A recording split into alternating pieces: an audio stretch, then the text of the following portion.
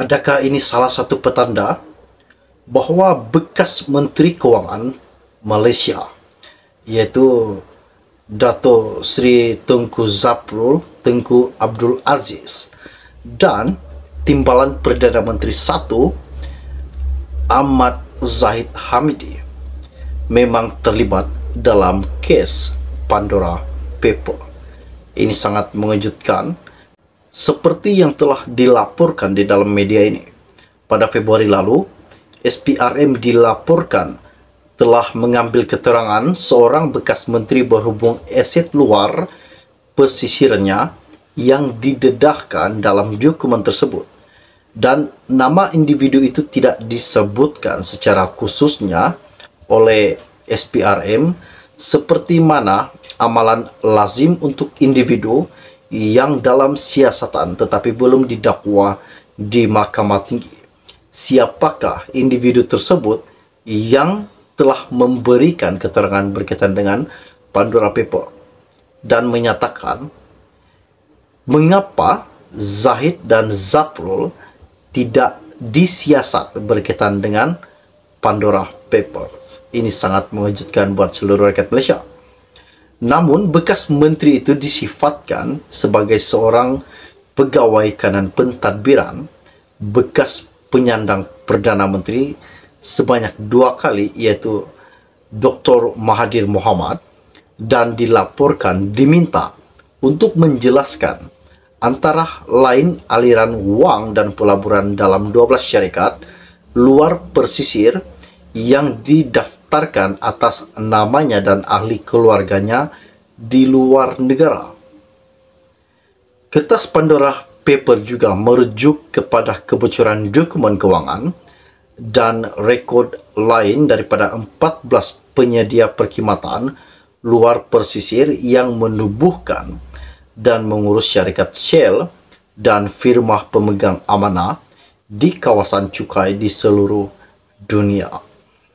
Adakah ini salah satu petanda bahawa memang sah bekas Perdana Menteri Dr. Mahathir Mohamad terlibat dalam kes penyelewengan berbilion ataupun dinyatakan dalam triliun?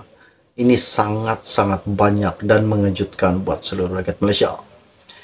Di dalam pendedahan ini mengatakan, mengapa Timbalan Perdana Menteri Satu Anwar Ibrahim dan bekas Menteri Kewangan, yaitu Zaprul dan Zahid, tidak didakwa ataupun tidak disiasat berkaitan dengan Pandora Paper? Mengapa? Ini adalah salah satu petanda dan pertanyaan, mengapa mereka tidak disiasat? Apakah di sebalik yang telah mereka lakukan disebabkan pendedahan terbaru ini? Okey, baiklah. Sebelum saya meneruskan isu yang menarik dan amat-amat mengejutkan buat seluruh rakyat Malaysia, mohon kiranya pertimbangkan, tolong tekan butang subscribe dan kongsikan video ini biar seluruh rakyat tahu apa yang telah terjadi berkaitan dengan isu Pandora Paper. Terima kasih semua. Di dalam satu media baru-baru ini mengatakan bahawa ahli ekonomi politik Edmund Terence Gomez membangkitkan persoalan mengapa Perdana Menteri, yaitu Ahmad Zahid Hamidi, dan Menteri Perdagangan Antarabangsa dan Industri Tunku Zaprul Abdul Aziz tidak dipanggil untuk membantu siasatan berkaitan dengan isu kertas Pandora Paper. Pengurusi pusat memerangi rasuah dan kronisme dalam kurungan iaitu C4 telah mendakwa setakat ini hanya bekas Menteri Kewangan Daim Zainuddin yang dipanggil SPRM berkenaan siasatan perkara tersebut. Dalam forum bertajuk Rasuah sebagai Masalah Ekonomi di Auditorium Tun Muhammad Sufyan, Fakulti Undang-Undang Universiti Malaya, hari ini ialah membangkitkan persoalan jika wujud amalan pendakwaan terpilih oleh kerajaan semasa. Katanya, jika Anda panggil Daim, Anda juga perlu panggil orang lain untuk disebut dalam kertas Pandora. Misalnya, ahli Parlimen Selayang William Leong. Ia tidak telah berlaku, sebab itu katanya dia agak bimbang dan gembira bila ada ahli politik yang berdepan dakwaan rasuah dibawa ke mahkamah. Contoh yang jelas adalah bekas Perdana Menteri yaitu Muhyiddin Yassin. Pada Februari lalu, seperti yang saya katakan sebentar tadi, SPRM telah melaporkan mengambil keterangan seorang bekas Menteri Berhubung aset luar persisiran yang didedahkan dalam dokumen tersebut. Namun individu tersebut tidak disebutkan secara khususnya seperti mana amalan lazim untuk individu yang dalam siasatan tetapi belum didakwa di mahkamah.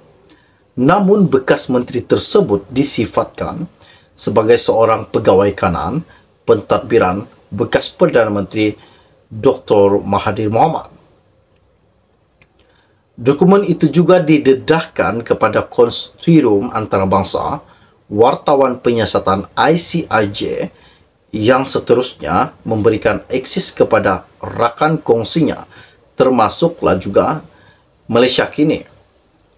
Zahid, Zaprul dan Daim antara salah satu individu yang dinamakan dalam dokumen tersebut pada 2021, dan juga mereka masing-masing berkata bahawa akaun berkenaan telah digunakan untuk tujuan yang sahih.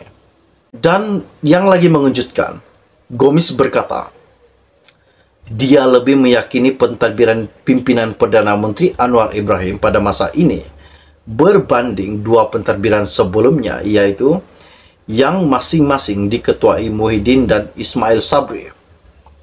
Namun, dia juga telah mendakwa kerajaan sekarang akan terus berdepan dakwaan mengamalkan pendakwaan terpilih sehinggalah SPRM dan pejabat peguam negara AGC dijadikan bahan yang bebas sepenuhnya.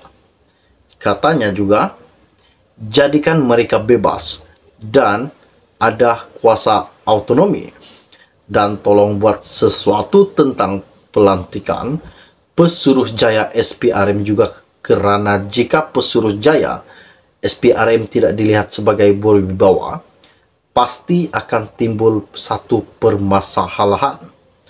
Biar mereka, yaitu SPRM dan AGC, menjalankan kerja dan menyerahkan kepada bahan-bahan autonomi untuk membuat pendakwaan terhadap seorang tuduhan kesalahan, katanya di dalam salah satu media pada hari ini.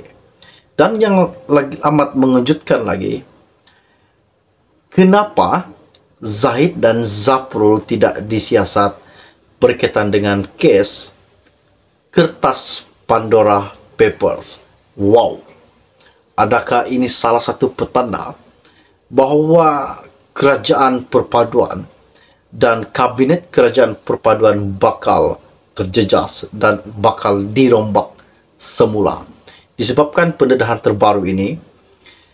Salah satu MP mengatakan mengapa dan kenapa Zahid dan Zaprul tidak disiasat.